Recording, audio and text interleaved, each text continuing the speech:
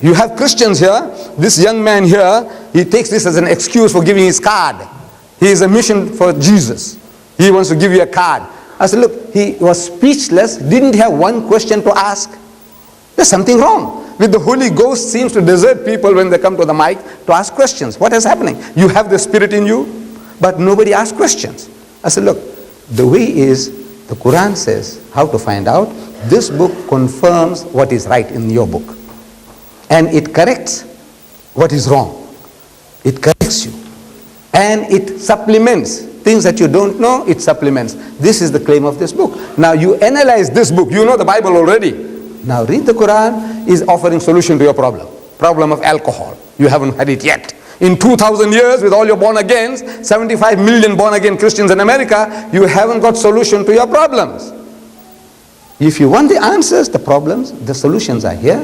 Open the book and read it. And if you are not prejudiced, not jaundiced spiritually, not jaundiced, you will be able to recognize the voice of God, your master's voice, God Almighty talking. Like Jesus told the Jews, he says the sheep and the goats, they hear the master's voice. How is it that you can't hear your master's voice, meaning God's voice, speaking through Jesus? How is it that you can't? You are prejudiced. The thing to do is remove those blinkers of prejudice, read the book, and listen whether this is not that spirit of truth that you are waiting for. Because otherwise, there is no hope. The sickness will develop, born again, born again, born again, but they never grow up. They're ever born again, little infants, nobody ever grows up. So my son, the way to do is, you don't wait for God Almighty to speak to you from heaven, because that department is closed. That department is closed, no more. You've got to now, given the books, you judge for yourself now. That is the answer.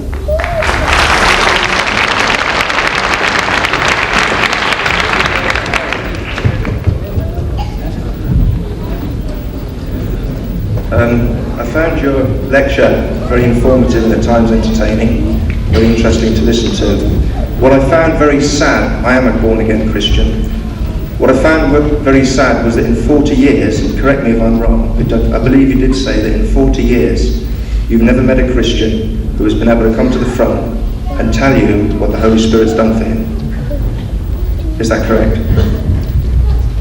I said it. Go ahead. I think I said that in 40 years that I'm doing this work, nobody has brought forth one new thing.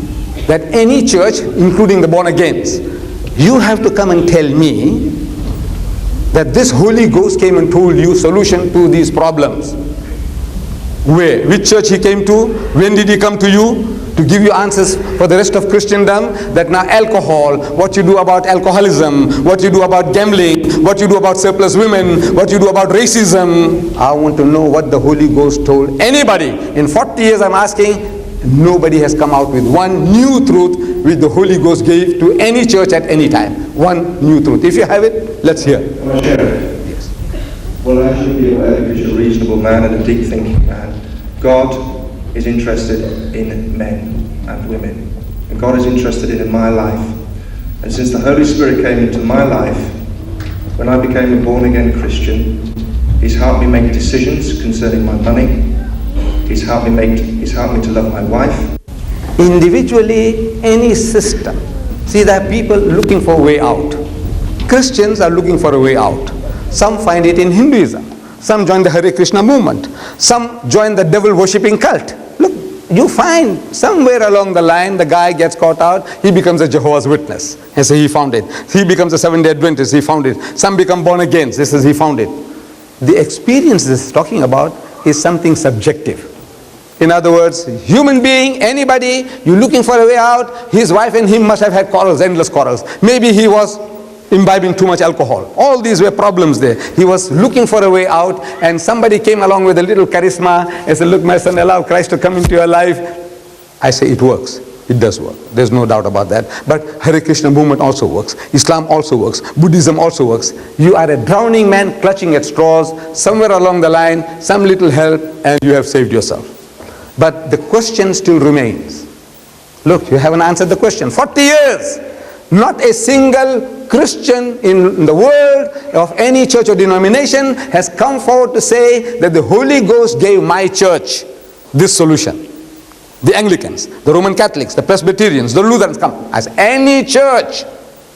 that says, we heard the Holy Ghost came and told us how to solve the problem of surplus women, how to solve the problem of alcohol, how to solve the problem of racism. Look, these are individual experiences which everybody is going through at all times. I'm not doubting you, my son. What you said, I believe that your life could be changed, but this does not change 60 million Britishers. It won't change 250 million Americans. You need a way of life, direct instructions which each and everybody can understand in a clear-cut language. And this book gives it to you.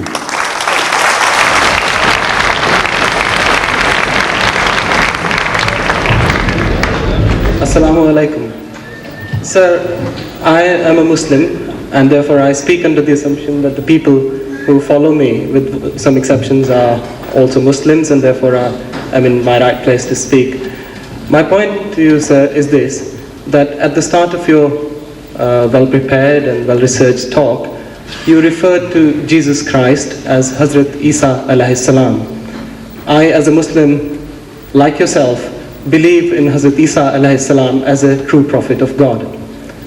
As your talk went on, I got the feeling, perhaps I was alone in getting that feeling, maybe other people who listened to your talk in an open-minded fashion as I did, I tried to do, I got the feeling that at times, with due respect, you appeared to mock Hazrat Isa alayhi salam, na'uzubillah. You appeared to mock his teachings, and therefore I feel that if that feeling is correct, that in the course of your talk you have not only, again with due respect, not only contradicted yourself, but also misrepresented the teachings of Islam, which are to respect all the true prophets of Allah.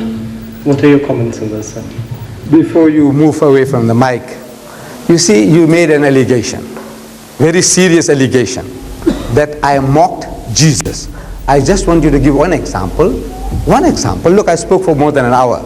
Surely you can give one example. Let the people hear what mocking did I do as a Muslim. One example. Let them hear. It was generally the attitude that you took. If I may explain myself, my impression was that Hazrat Isa alayhi salam's teachings were true teachings of Allah, and Hazrat Muhammad Mustafa sallallahu alaihi wasallam's teachings were a development of those teachings, an expansion of those teachings, as you so correctly said, to the world at large. But in the way you delivered your speech, in the way you referred to Hazrat Isa alayhi salam in the course of your speech, there was no particular example as such. But 1.25 hours, you can't give one example of mockery. But you appeared to say that his teachings were incorrect, and that Please quote. Look, this is hypocrisy of the highest order. When you come forward, say you are a Muslim, and you are talking with tongue in cheek, and you said there are people who follow you. I don't know what you mean. There are people who follow you. Whether you belong to some new kind of elite mazhab or what, I don't know. You said people who follow you. I don't know who are your followers here. All these are your followers. Huh? No, then well, you said they follow you. Now, look, you see, you are making mischief, my son. You are making mischief. What you have to do is, look, give examples. Now, if you were a Christian, I would have been happy to deal with you as a Christian. Because if you said I made mockery, I said this is what the Bible says. This is how the Bible put it. He said, "O generation of vipers, you whited sepulchres, you wicked and adulterous generation." Now, if that is offensive to anybody, I said, these are not my words. I never spoke like that. I never uttered words to that effect. You see, that you fools, you hypocrites, you brood of snakes. You know who's talking like that? Jesus in the Bible. He says, you brood of snakes, you wicked and adulterous generation. Do you know all that? Do you know that Jesus speaks like that? The Christians say, this is how Jesus spoke. You know, he insulted his mother. He said, woman, what have I to do with you? You know that? So, am I making a mockery, or is the Bible making a mockery of the man? I want to know. If you were a Christian, I could have asked you. I said, look man, you don't know your own book. I am only quoting you what he's supposed to have said. He said, do not throw the bread of the children to the dogs. Now you